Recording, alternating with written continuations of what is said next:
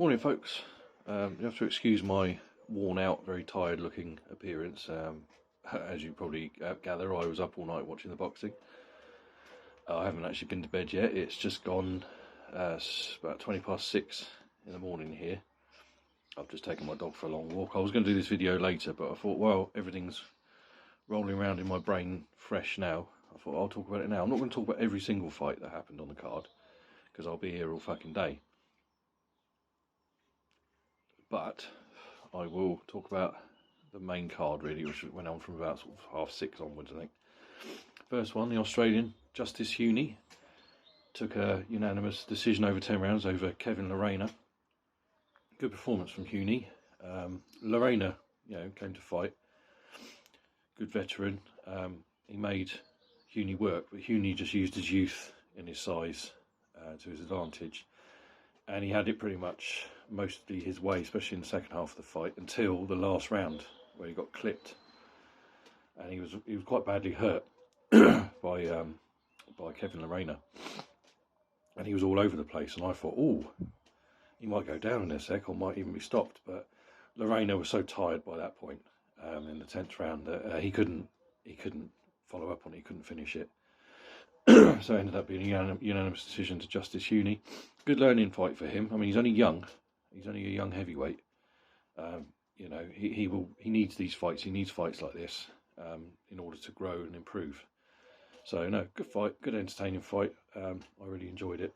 The second one I want to talk about, Chamberlain beat Gavin Gwynne. I've got my notes up on the wall here, so if you wonder why I keep looking up, got everything sort of written out.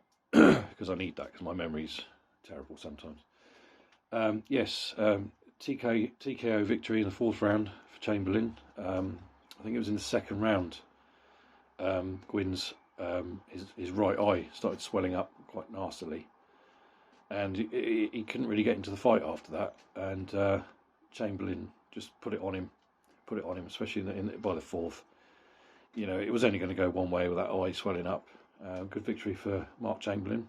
Yeah, not much really for me to add to that. Very, very good performance. Just a shame about the eye swelling up, but hey, it's boxing. It's what happens.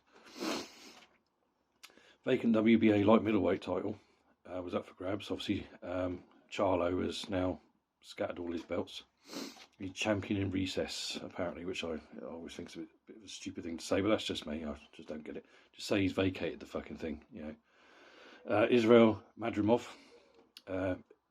stopped Magomed Kubranov in round 5. I was really looking forward to this fight. I thought this might be fight of the night, but it was very, very one-sided. I mean, excuse me, Madrimov, he is something quite special, and he had it all his own way in that fight. The stoppage in the 5th I thought was probably a bit early at the time. He had Kubranov trapped on the ropes, and he was sort of landing unanswered punches, When the referee stepped in, I thought it was a little bit unfair, but I get it. I kind of get it, because the fight was only going one way. He cracked him with an overhand right, and then he just put it, which sent him into right up back against the ropes. And Madrimov just kept fucking hammering away, and it was only going to go one way. I ain't got a problem with the stoppage. Israil Madrimov is now the WBA light middleweight or superweight or welterweight, whichever you want. Different people call the division a different thing. 154 pounds, we'll call it that. He's a new champion there. He and Eddie Hearn were talking about obviously unification fights down the road. I don't think a lot of people are going to go near Israil Madrimov. I think he's one of those guys that people are going to avoid. He's a very special talent. But I mean, Tim Tszyu, obviously he's the other belt holder at the moment, because the other 2 belts, the WBC and the IBF, are now vacant because of Charlo. They're going to be contested in a few weeks' time. The Tim Tszyu fight might be interesting. Obviously, Tszyu's got to get through Keith Thurman, which I don't think he'll have a problem with, because Thurman's been very inactive and is well past his best. So I'll be intrigued to see that. But yeah, I think Tszyu would go for it. That would be a good fight, actually. I'd quite like to see that one. I'd probably favour Madrimov slightly if that fight does happen. But I think a lot of guys are going to avoid him.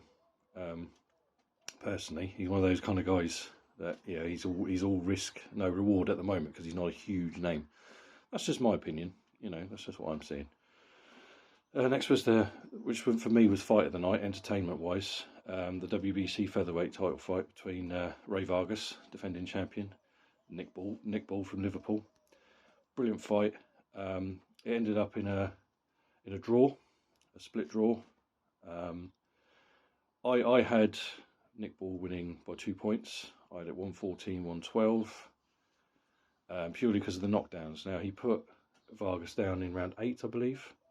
I didn't think that should have been called a knockdown, personally, because he kind of threw, earlier on in the fight, he'd kind of body slammed Vargas. He was getting a bit rough with him.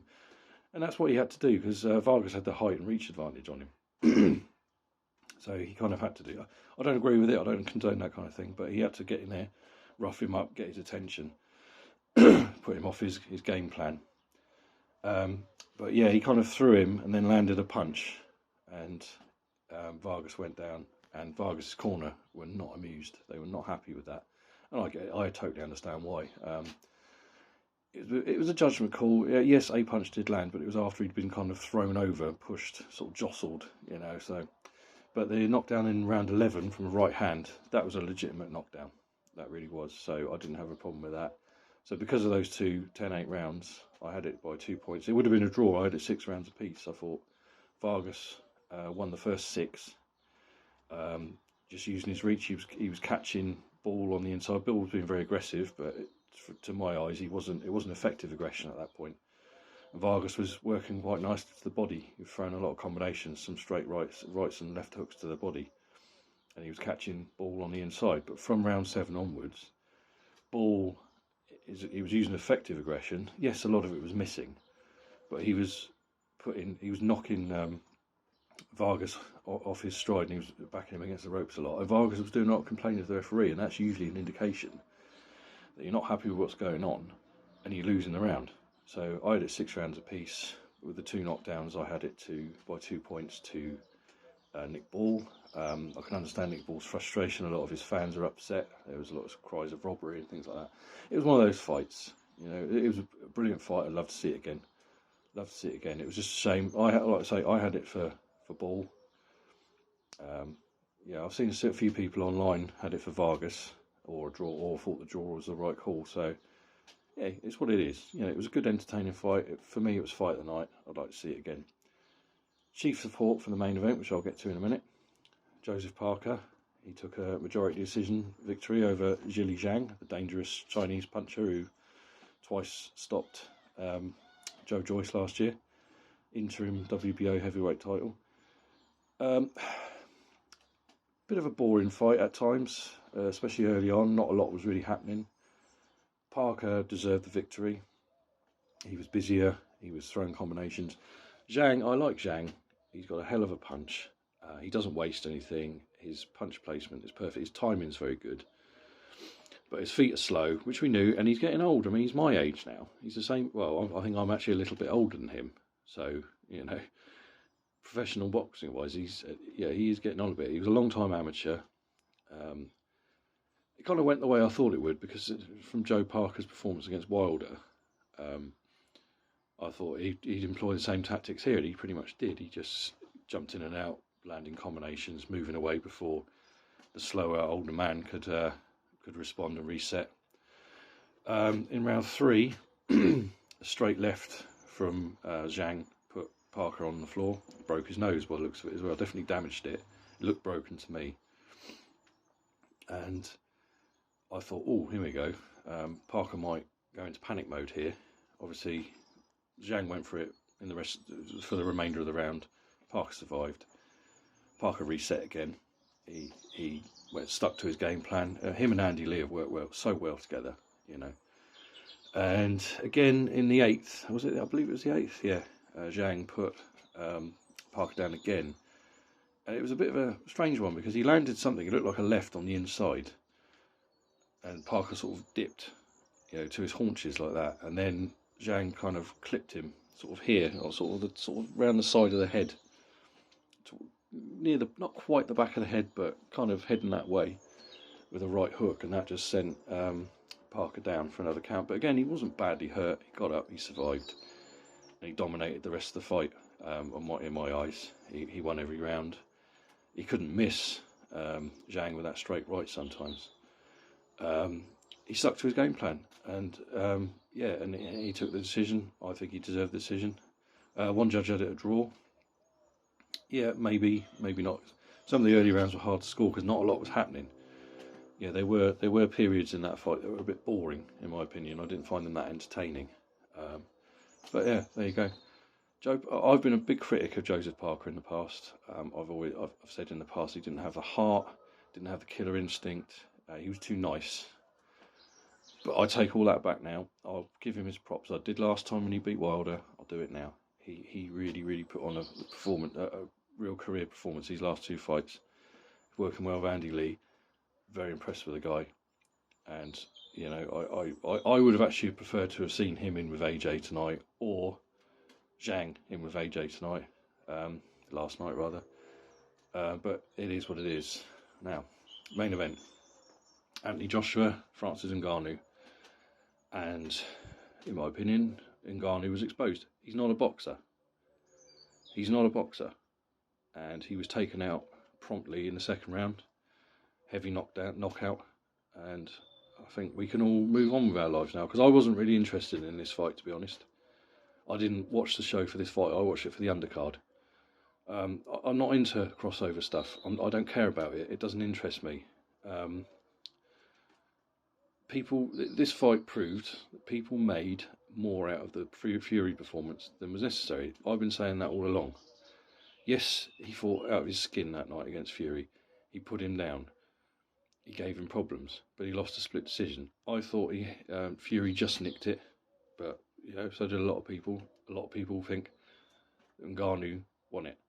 Well, a lot of people, I'm not saying all, this is just my opinion, folks. If you thought Ngannou won that fight, you don't know what the fuck you're talking about. But that's just my opinion. That's just my opinion. You disagree with me, I don't care.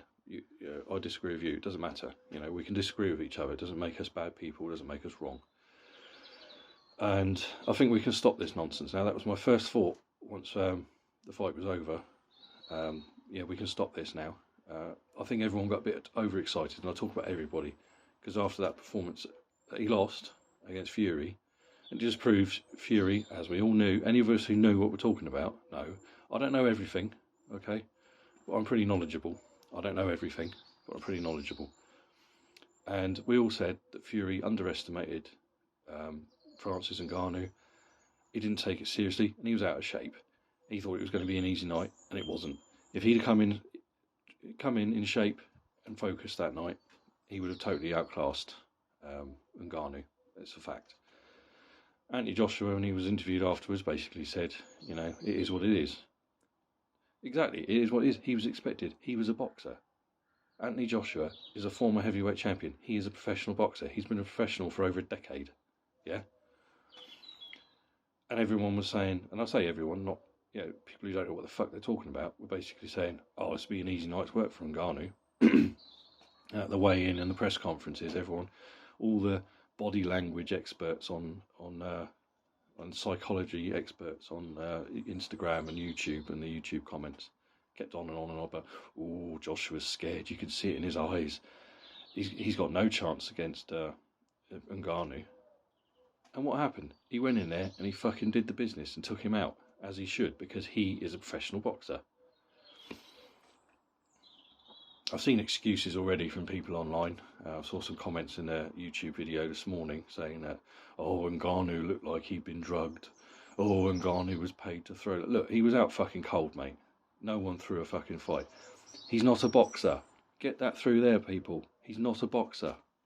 He had one performance, which was a freaky performance, because the guy he was fighting didn't take him seriously and didn't turn up. That's a fact. You don't know what I'm saying? That's fine, people. You can disagree with me all you want. This is what life's all about. We are all entitled to our opinions. We all see things differently. And if you get offended by anything I say, that's your problem. If I get offended by something you say, that's my problem. That's what life's about. Doesn't make you wrong. We're all entitled to it. Right, that's enough out of me, folks. I'm getting a bit agitated now. I'm going to go to bed soon. Take care, and I hope you enjoyed the fights.